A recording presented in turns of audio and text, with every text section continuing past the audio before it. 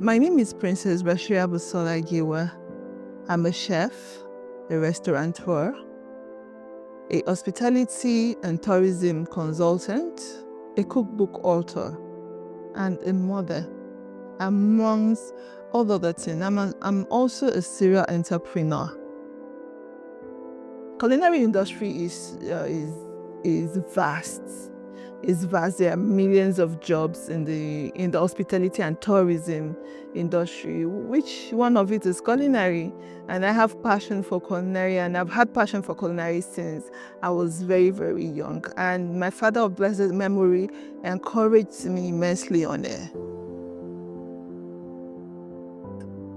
Calling someone a celebrity chef means a chef that's been celebrated all over, yes, because I've done a lot of things that are being celebrated, and I've in many ways showed my talent. Like I always tell people that our Agba Chef Lawa, like we've been in this business. I've been in the culinary industry for, how old is my first one? Like over 20 years. I've been in the culinary business. I started way back as when I was in SS1. So let's say over 30 years I've been in the business. I started with, my mom was my first teacher before I had training in school, and I started training from what I learned in school and what my mom taught me. I started training housewives to not be dependent on their husbands, to have something doing that can bring money, so that when they want to buy salt, they don't have to wait for their husband. And they progressed that really, really made people celebrate me, like, wow, this young girl did something for our community. She empowered these women and all that. That was how I actually started. Let me tell you something. I'm still finding it difficult. But one thing I always tell anybody, in any business you want to do, be consistent. Let people know that this is what you do and this is what you have passion for. When people eat my food, the way people smile, the way their eyes open when they taste my food, because people believe that when you're pretty, you're not supposed to be in the kitchen. They'll be like, for a fine girl like you can't cook. But when I cook, they'll be like, wow, this food is tasty. And I've had a lot of people wanting to learn my tricks, and I always tell them, you can follow my recipe, but you can't follow my passion. The passion, the love I put into making food, it differs one from another. And let's say that it is not easy till now. Like I'm trying to move from one sector of the culinary industry to another sector of culinary industry, and I've not been finding it easy. So I can't sugarcoat it that it is easy to be in this industry. It is easy to start with nothing, though. It's easy to start with nothing, because you can start by doing outdoor catering, renting stuff from outside and all that. But I've gone past that.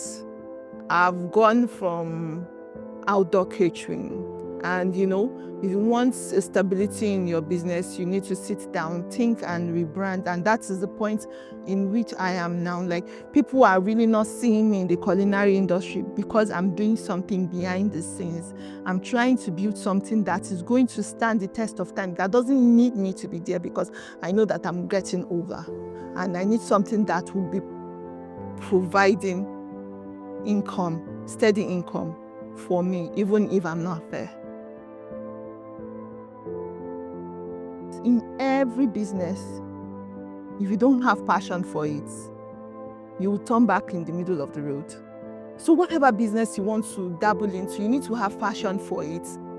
There will be times that you want to blame yourself, that why am I even in this business? But the passion, the reason why you started this business, a lot of people started this business because they saw people in this business living good life, living large.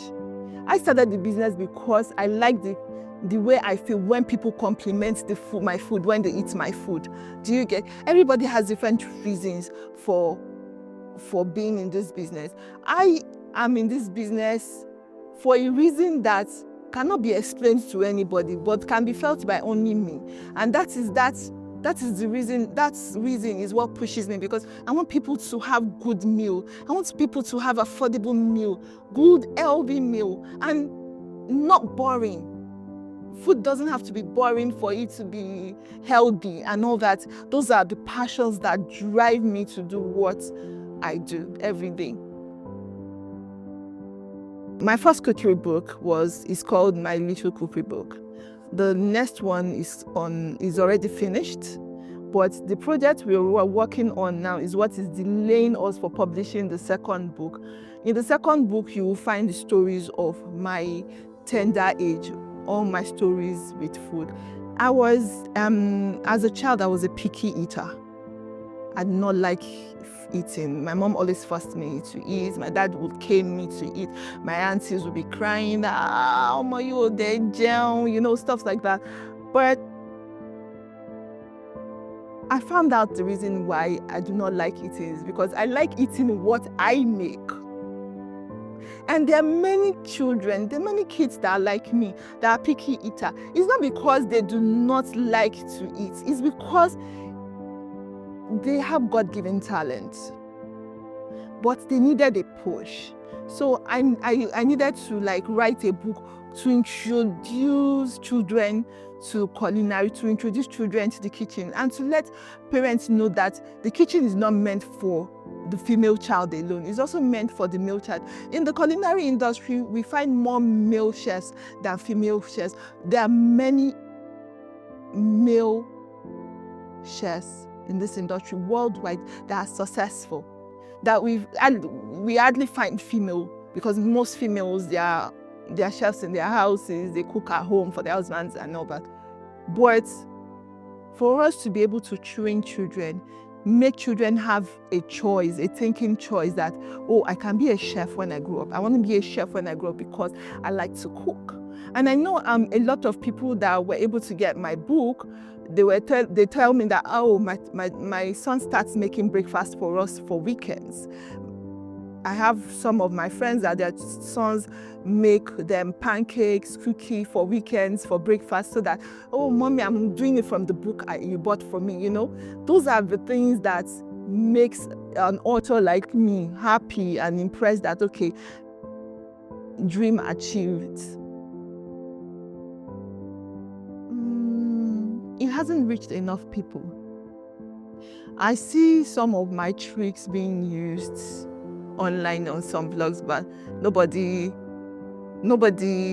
acknowledges it or anything, because I know that I was the first person, because I read chemistry in school, and so I had to apply chemistry sometimes when I'm cooking. I was one that discovered that for you to make something with locust beans and not allow it to spoil is for you to dehydrate locust beans first by frying it in the oil you want to use to cook. When you fry it in the oil, it removes the water content and it also brings out more flavor. A lot of people now, when they want to cook their eforiru, they fry their locust bean first, which was not happening before. I've never seen it before. And I don't even need anybody's acknowledgement, but I still have a lot of recipes that I've written down. But I know that the chefs, the cooks that I train, because I do train chefs and cooks that I train, sending me messages all over the world. I have cooks in Qatar. I consult for restaurants in Qatar, Dubai, they call me and tell me, "Ma'am, your recipes are what is making me excel in my job."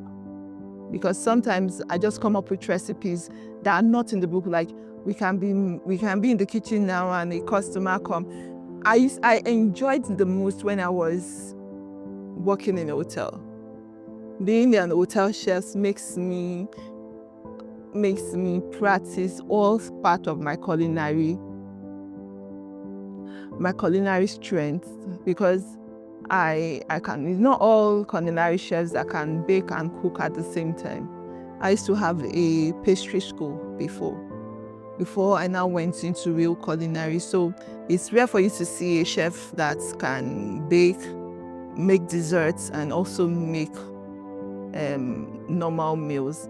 They call dessert chefs pastry chefs, but I could actually fuse everything together. So I make up things on the spot. Like, you can tell me you're allergic to this, you're allergic to that, and I just come up with something that you're not allergic with something, and they will ask me what is the name of this. I just tell them, oh, let's think about it.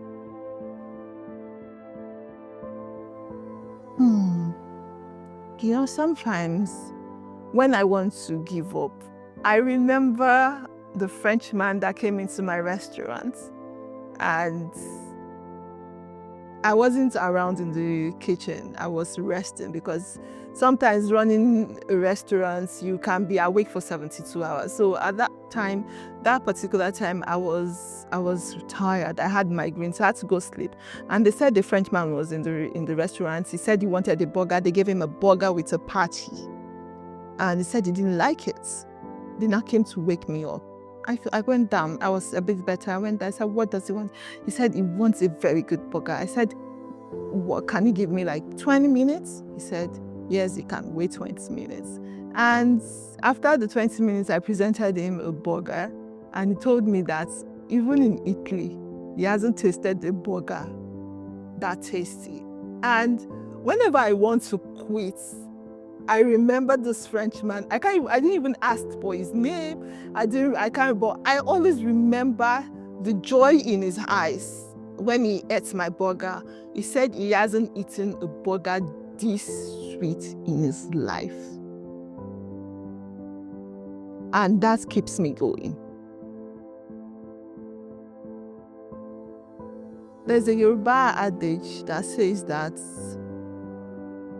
bí àbárẹ́ ni fẹ̀yìntì, bí ọ̀lẹ là ń rí.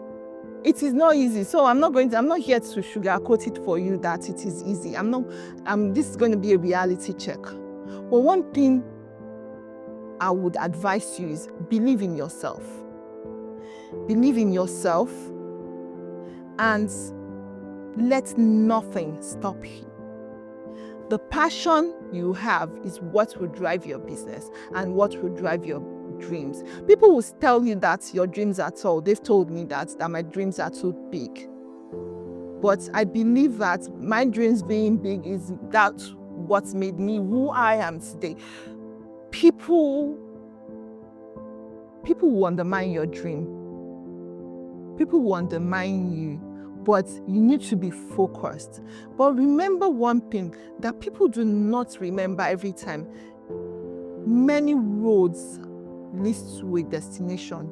It's not only a straight road that leads to a destination.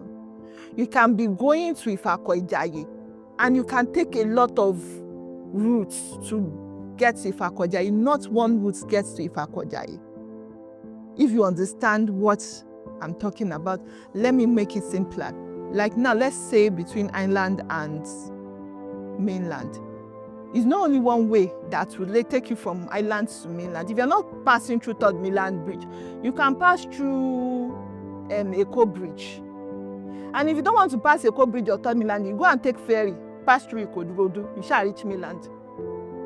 The cocoa there is that you are going to reach mainland. So always know that no straight way leads to a destination. And let me tell you something, all that glitters isn't gold. If you think that everybody on the gram living fly life are the real life, it's not real life. For me, I'm telling you that it is not real, and being what you want to be will not be easy. You would cry, you will sweat, you will bleed, but your persistence and your passion will take you there by the special grace of God. My name is Princess Bashira Busola Giwa. I'm the CEO of Ladid Catering and Event Planning Limited, the Peacock Lagos, Rab Automobiles, Rab Realtors, and I'm also the CEO of Ladid Rescue, where we do hospitality and tourism consulting. And we also have a blog, an hospitality and tourism blog called the Niger Hospitality Blog on Instagram. So, as I said earlier on, I'm a serial entrepreneur, I'm a chef, I'm a serial entrepreneur, and I love to make money. Happy International Women's Day.